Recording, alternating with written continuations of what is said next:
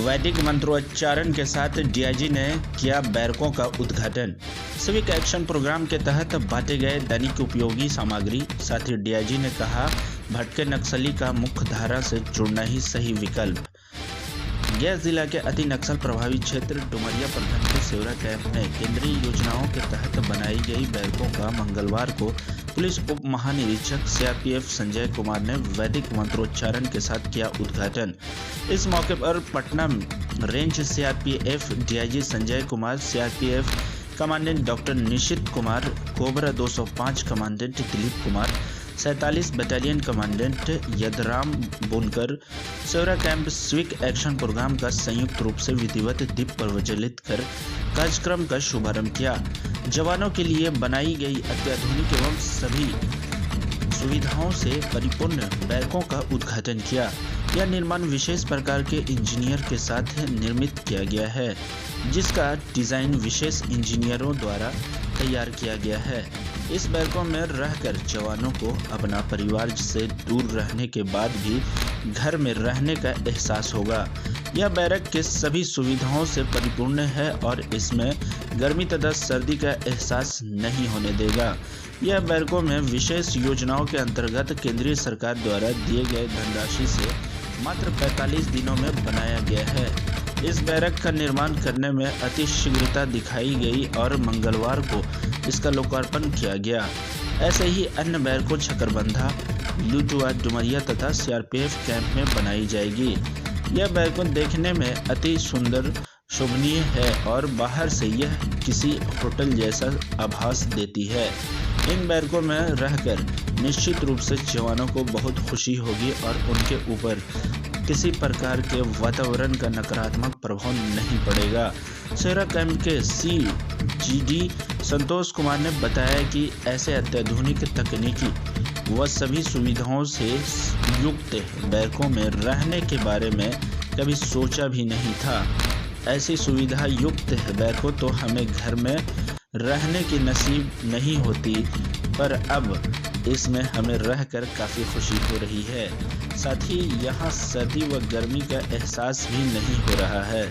इसके अतिरिक्त पुलिस उप महानिरीक्षक सीआरपीएफ रेंज पटना श्री संजय कुमार ने गरीब जनता को शकरबंधा वन क्षेत्र की कई गांव के लोगों को सिविक एक्शन प्रोग्राम 2020-21 के तहत ज़रूरत के सामान, कंबल, शॉल, खाना बनाने का बर्तन, खेलने का सामग्री, रेडियो आदि भी बांटे तथा उन्होंने कहा कि सीआरपीएफ हमेशा उनके साथ है और उनकी ज़रूरत में हमेशा मदद करती रहेगी।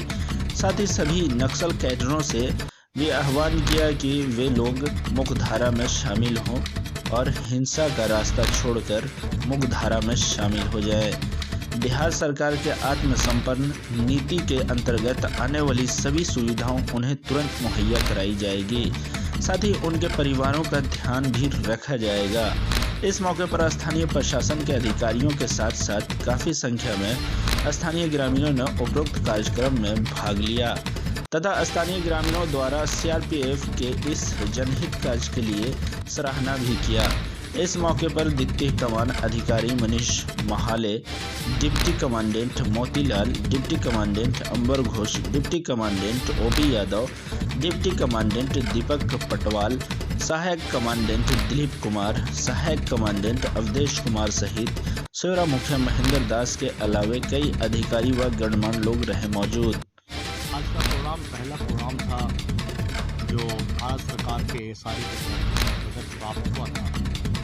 उसके तहत 3 बैरकों के निर्माण का उद्घाटन और इन्हें जवानों को समर्पित करना। इसके साथ ही साथ स्थानीय नागरिकों से बेहतर संबंध स्थापित रखने के उद्देश्य से सिविक एक्शन प्रोग्राम के तहत विभिन्न सामग्रियों का वितरण जैसे कंबल, रेडियो, शॉल, बर्तन इत्यादि का वितरण किया गया।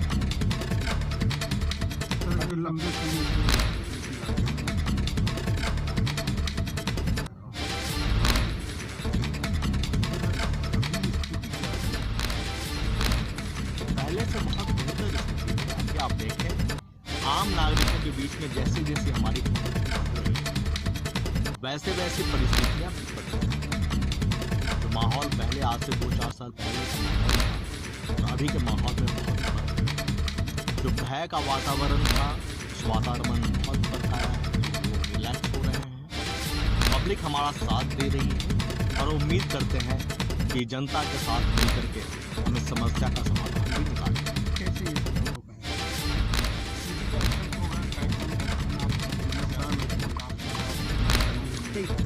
हम किसी लाभ के उद्देश्य से इस प्रोग्राम को नहीं करते। हमारा उद्देश्य होता है जनता के बीच पहुंचना और जो जरूरतमंद हैं और उनकी विशेष परिस्थितियां हैं तो उनके साथ उनको हम सहायता प्रदान करते हैं। हम सिविक एक्शन प्रोग्राम के तहत कोई लाभ लेने के इच्छुक नहीं होते। आप इसको थोड़ा सा समझने की कोशिश करें। जनता के बीच आपका सहयोग, आपका सहयोग, आपसी संबंधों का प्रगाढ़ होना वो अलग चीज है। जहां तक नक्सल समस्या का समाधान वो दूसरा तरीका है। नक्सल समस्या का समाधान, हाँ, हमारी जनता के बीच में जितनी पैठ मजबूत होगी, जितने विकास कार्य बढ़ेंगे, समस्याएं धीरे धीरे कम होती ही जाएंगी। स्वाभाविक प्रक्रिया है वो।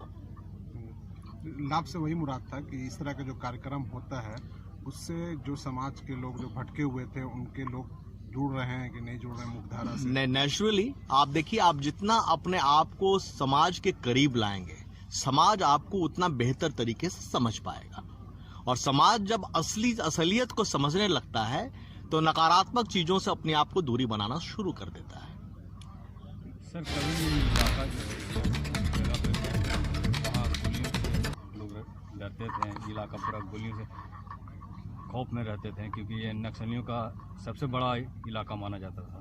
तो क्या लगता है सर कि जिस तरीके से सीआरपी अपनी क्षमता, वो बैकफुट पर है, वो बैकफुट पे है। और आपको जब खुद ही बता रहे थे कि जो नक्सल क्षेत्र था वो सीमित होता जा रहा है और धीरे धीरे जब किसी का फैलाव सिमटता जाता है तो वो अपने अंत की तरफ चला जाता है। तो ये बहुत सीमित हो गया है और हम उम्मीद करते हैं कि भविष्य में हम इस समस्या से निजात पालेंगे, क्योंकि यह किसी समस्या का समाधान नहीं है।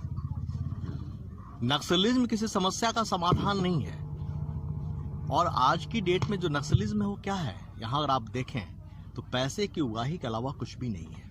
सब लोग समझने लगे हैं इस चीज को। इवन इफ जो नक्सल धारा में शामिल हो गए हैं, जो अंदर हैं, वो भी इस चीज को महसूस करने लगे हैं। वो महसूस करने वाले लगे हैं कि वो ठगे गए हैं, उनका शोषण किया गया है, उनका इस्तेमाल किया गया है और जो बड़े लीडर हैं उन्होंने फायदा उठाया है।